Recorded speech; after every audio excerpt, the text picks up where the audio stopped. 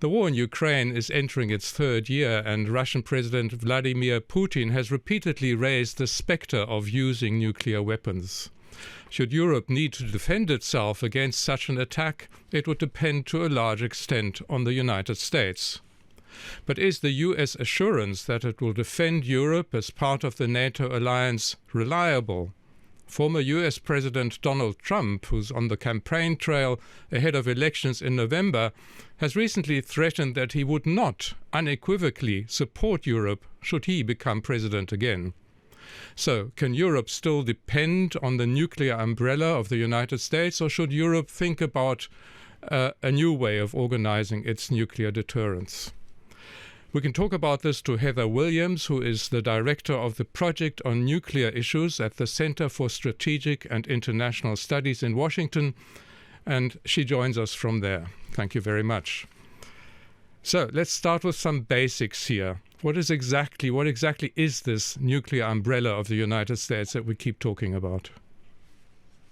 Sure. Well, the nuclear umbrella really includes all members of NATO. NATO is a nuclear alliance.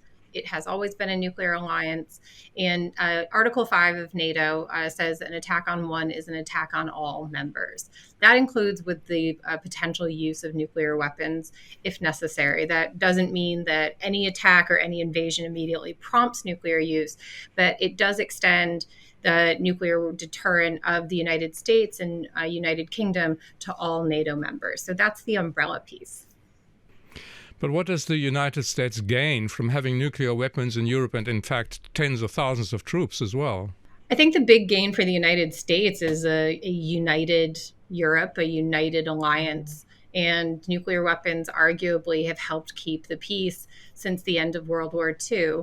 And so that's not just a benefit for the United States. That concept of common security and common security interests is really a benefit for all of Europe and also for the entire world, arguably. Nobody wants to see another great power war in Europe. But also, I think for the United States, this administration and others have referred to allies as America's center of gravity. Allies work with the United States to advance shared national interests. Allies back up the United States in a lot of occasions, military and diplomatic. And so the alliance really is this core piece of international stability as we know it. But is it even conceivable that the United States would withdraw troops or nuclear weapons from Europe, let's say, in case Donald Trump became president again? Is that something that's even conceivable? I think we have to conceive of it because Trump has talked about it. He talked about it in his campaign in 2016. He talked about it as president. He's talking about it now. The aspect of what he's talking about that really concerns me is this constant narrative that Europe has to pay. And, in his recent provocative statements, he said that Europe has to pay up in order to be defended by the United States. And that's really not the way that the alliance works or that it's ever worked. The allies have committed to make a certain percentage of their GDP to put it towards defense spending, but that's over time. There are also a lot of benefits from the alliance that don't really come down to numbers or those specific details. And so I think Trump is, kind of missed that important aspect of the alliance. And so it's really concerning to hear allies talking about the loss of U.S. credibility. As somebody who lived in Europe for a decade, I feel that particularly and have seen the value of the allies. And so I think that it's something we do have to think about and consider what it would mean if Trump did withdraw the United States from NATO. We're talking about nuclear weapons here specifically, and you just mentioned the United Kingdom is another country in Europe that does have nuclear weapons of its own. So does France. What do we know about their capabilities? Could they replace the U.S. umbrella?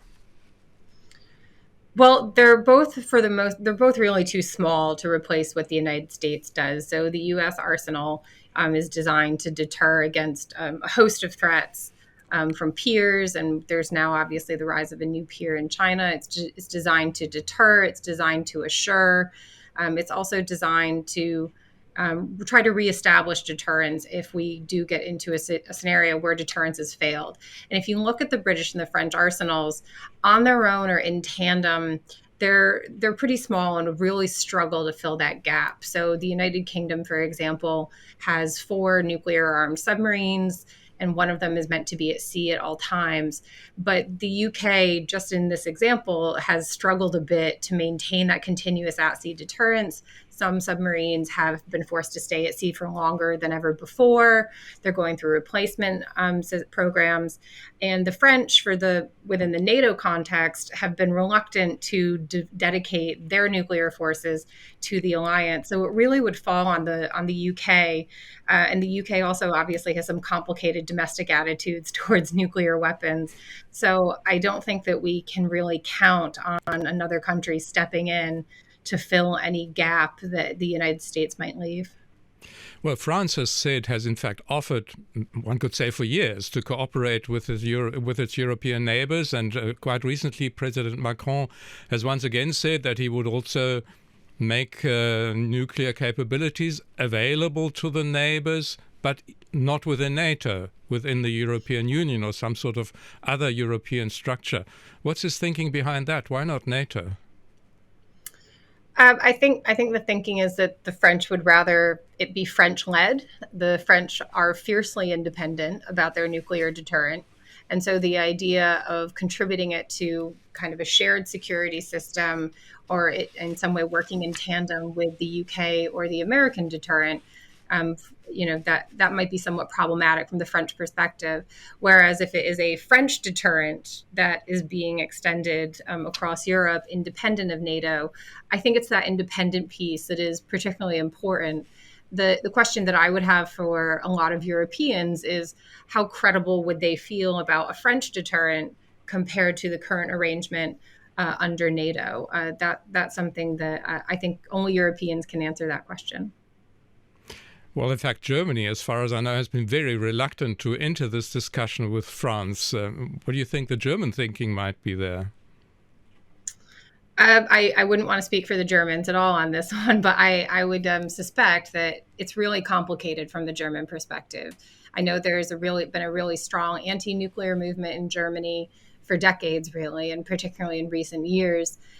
Before February of 2022, if you had asked me which is more likely that Germany will join the nuclear ban treaty or that Germany will double its defense spending, I would have lost that bet pretty badly. And so I think that because there's that domestic anti-nuclear sentiment within Germany, that makes it particularly complicated. But obviously, we've also been hearing German politicians, current, former, and some experts coming out and saying, based on Trump's statements, maybe now is the time to revisit the idea of a Euro deterrent because of the strategic value and deterrent value that nuclear weapons could bring to Europe at a time of crisis, really. So what we're talking about in some sense is Europe increasing its nuclear weaponry. Where does that leave nuclear proliferation and so on? I mean, it doesn't look very good on that score. You're right. It leaves it in a terrible place. And following some of those German statements, NATO Secretary General Jens Stoltenberg came out and expressed exactly the concern that you're saying, which is this worry that nuclear proliferation in Europe, it'll just increase uncertainty. It could increase instability. It could also break down some of the existing nuclear norms. And so like the most famous nuclear norm really is the taboo against nuclear use, but there also really is a non-proliferation norm. The last country to develop nuclear weapons was North Korea, which has become an international pariah for that and many other reasons, including human rights abuses, obviously. But to break down that norm and to suddenly make nuclear proliferation more permissive, I really worry about the precedent that would set. There's quite a few countries in the Middle East, for example, that have expressed an interest in nuclear weapons. Iran obviously has moved down the pathway of nuclear latency. Saudi Arabia has indicated if Iran goes nuclear, then Saudi Arabia will go nuclear. South Korean public opinion polls have shown an interest in nuclear weapons. And so to somehow normalize nuclear proliferation, whether that be for security reasons or others, that could set a really dangerous trend in motion. So should we be having this discussion at all? The German defense minister has said, no ways, we shouldn't even open these questions. What do you think? I think it's a little premature. I think it's important to talk about the health of NATO, the state of NATO. And obviously, I understand allies are watching the U.S. election maybe closer than Americans are in some circumstances. And so to start thinking ahead about what would a Trump presidency mean, but even if it's a second Biden administration, I think the United States is going to face some real credibility challenges. And so I think it's a little premature to talk about a Euro deterrent. What I think would be helpful to hear about from Germans, but from other allies, is what are the specific credibility concerns, and what can the United States do to reassure allies? Having moved back to the United States from Europe, I found in the US, a lot of times the allies are treated as a monolith, with the assumption that what Germany, Poland, Italy, and Spain want are all the same things. And as you know, I'm sure that is not always the case. And so I think something Europeans can really do is help kind of educate the United States on what do different allies want. What are their credibility concerns? And I would hope that in the U.S., members of Congress, political leaders, and at some point as well, the public would really come to better understand those allies' security concerns. I'd just like to turn to another aspect of proliferation, something that came up recently, talking about space. There have been some reports that the Russians might be considering deploying nuclear capabilities in space. What do you think about that? Is that a realistic fear? First off, it's very early days. This is all, we are speculating on speculation at this point. And so until we get more information, it's really hard to say. But if that intelligence and that information that we have been hearing about is true, and Russia is interested in deploying nuclear weapons in space, that would have really serious implications. First and foremost, it would be a violation of the 1967 Outer Space Treaty, which Russia is a party to. This is one of the last remaining nuclear arms control agreements, because Russia has cheated or withdrawn or suspended or de-ratified pretty much all of the others, with a few important exceptions. And so this is just further weakening the international nuclear regime. It's kind of like the guardrails are all falling off when we need them the most. And so I think that is one real particular concern. The other concern is, why deploy a nuclear weapon into space? What would Russia gain from doing that? Could it be to try to disable other satellites, disrupt communication? Is it just for signaling purposes? Nuclear weapons have cast a shadow over the war in Ukraine since it began, with Vladimir Putin's and others' nuclear threats. And so it's really hard to dissociate this potential development from the war on the ground. But honestly, this could be so many different things that until we have a bit more information, it's really hard to say what's going on here. Okay, thank you very much. That was Heather Williams from the Center for Strategic and International Studies in Washington. Thank you very much for talking to Deutsche Welle. Thank you.